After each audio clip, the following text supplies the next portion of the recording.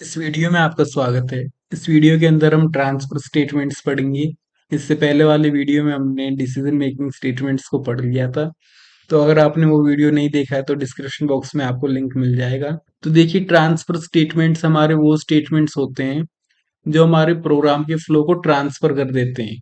तो देखिए, ये हमारे तीन प्रकार से स्टेटमेंट होते हैं: ब्रेक, कंटिन्यू और हमारा तीसरा स्टेटमेंट होता है गो टू स्टेटमेंट। तो देखिए, सबसे पहले हम ब्रेक स्टेटमेंट को देखेंगे। तो देखिए, इस ब्रेक स्टेटमेंट को हमने स्विच केस में यूज किया था। इसका सिंटेक्स होता है ब्रेक और ब्रेक के बाद सेमीकोलन।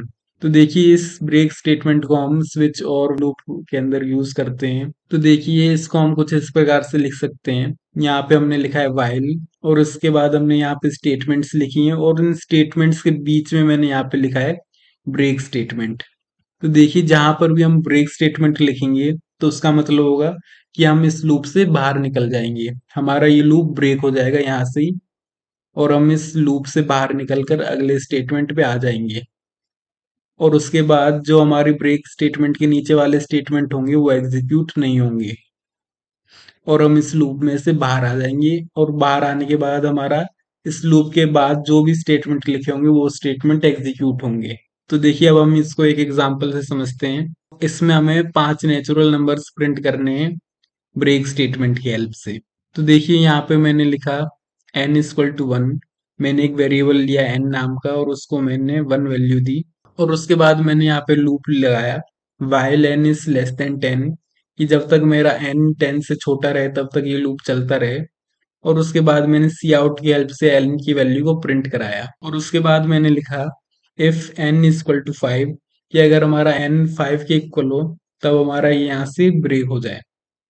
तो देखिए, यहाँ पे लास्ट में एक लाइन और आएगी जिसमें हम n की वैल्यू को इंक्रीज करेंगे, n की वैल्यू को अपडेट करेंगे। तो यहाँ पे हम लिखेंगे n प्लस प्लस, जिससे कि n की वैल्यू 1 से इंक्रीज होती रहे हमारे हर लूप के साथ। तो ये लाइन हम यहाँ पे ऐड करेंगे। तो देखिए, यहाँ पे क्या होगा, शुरुआत में हमारी n की वैल्यू 1 थी तो यहाँ सी आउट की हेल्प से हमारा 1 प्रिंट हो जाएगा। और उसके बाद हमारी ये इफ की कंडीशन चेक होगी जो कि अभी फॉल्स है, क्योंकि हमारा एक 5 के इक्वल नहीं होता। तो हमारा ये वाला स्टेटमेंट एग्जीक्यूट होगा जिससे n की वैल्यू 1 से इंक्रीज हो जाएगी। और अगली बार सी आउट में प्रिंट होगा 2, तो हमारा आउटपुट आएगा 2। और फिर दोबारा हमारी ये कंडीशन चेक होगी और फिर से हमारी ये n की वैल्यू 1 से इंक्रीज हो जाएगी। तो ये इसी प्रकार से इंक्रीज होती रहेगी। और जब हमारी n की वैल्यू 5 के इक्वल आ जाएगी तो हमारा ये स्टेटमेंट ब्रेक कर जाएगा, हमारा ये लूप ब्रेक कर जाएगा और हम इस लूप से बाहर आ जाएंगे। तो इसको हम एक बार प्रैक्टिकली भी करके देख लेते हैं। तो देखिए, मैंने यहाँ पे वो प्रोग्राम लिख लिया है। तो इसको मैं एक बार दोबारा से बता देता हूँ।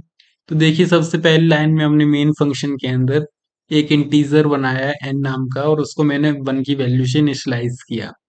और उसके बाद मैंने व्हाइल लूप के अंदर कंडीशन लिखी if n is less than 10, तो अब हमारा ये लूप चलता रहे। और उसके बाद मैंने व्हाइल लूप के अंदर स्टेटमेंट लिखी सी आउट n, मैंने n की वैल्यू को प्रिंट कराया इफ n इक्वल टू 5, कि अगर हमारा n 5 के इक्वल है तब हमारा ये स्टेटमेंट, हमारा ये लूप ब्रेक कर जाए। और अगर वो 5 के इक्वल नहीं है तब हमारा ये n प्लस प्लस वाला स्टेटमेंट एग्जीक्यूट होगा। तो इसको अब हम एक बार रन करके देख लेते हैं।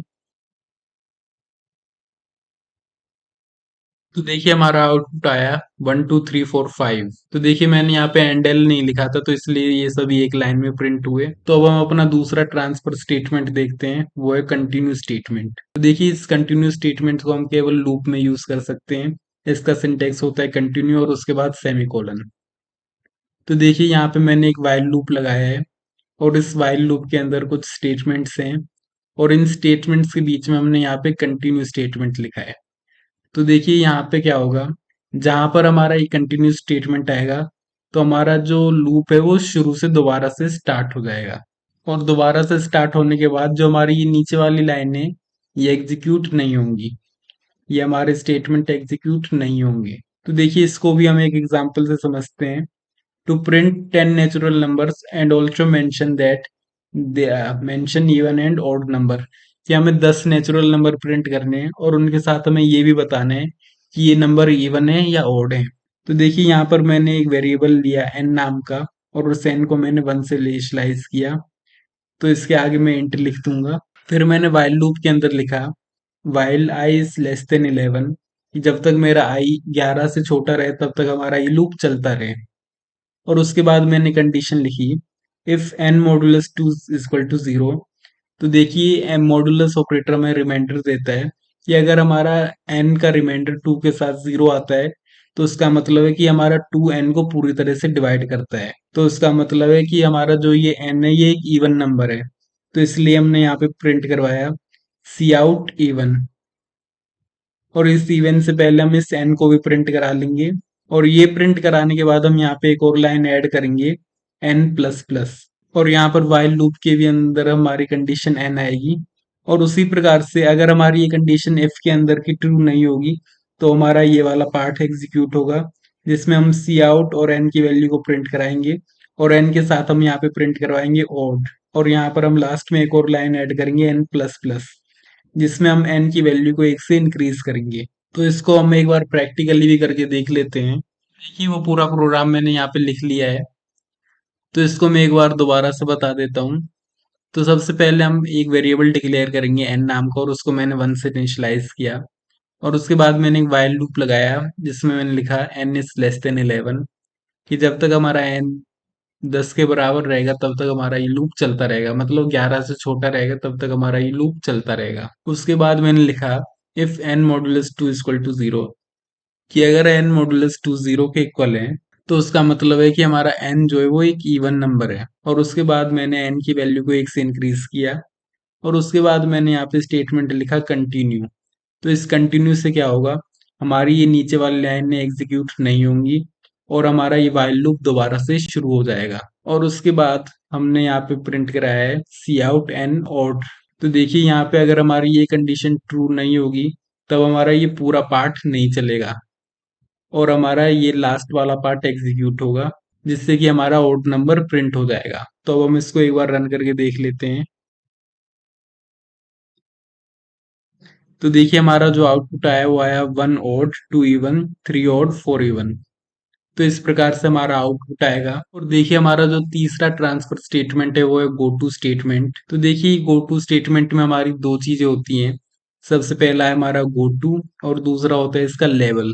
तो देखिए लेवल हमारा ग्रुप ऑफ स्टेटमेंट होता है। तो देखिए लेवल हमारा कुछ ग्रुप ऑफ स्टेटमेंट होता है जो जिन स्टेटमेंट्स को हम गो टू की हेल्प से कॉल कर सकते हैं। तो देखिए इसको हम इस एग्जाम्पल से समझते हैं। तो देखिए मेन फंक्शन के अंदर हमने सबसे पहले स्टेटमेंट वन लिखा, उसके बाद मैंने लिखा गो टू लास्ट।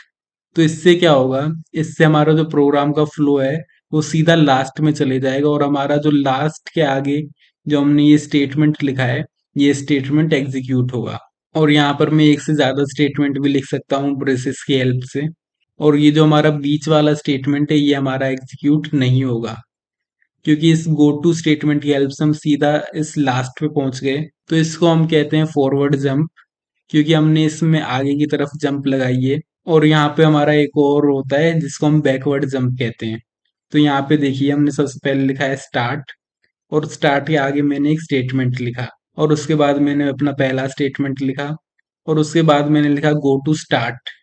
तो देखिए इससे क्या होगा, इससे हमारा जो प्रोग्राम का फ्लो है वो फिर से स्टार्ट पे आ जाएगा और हमारा ये जो स्टार्ट का स्टेटमेंट था ये फिर दोबारा से एग्जीक्यूट होगा।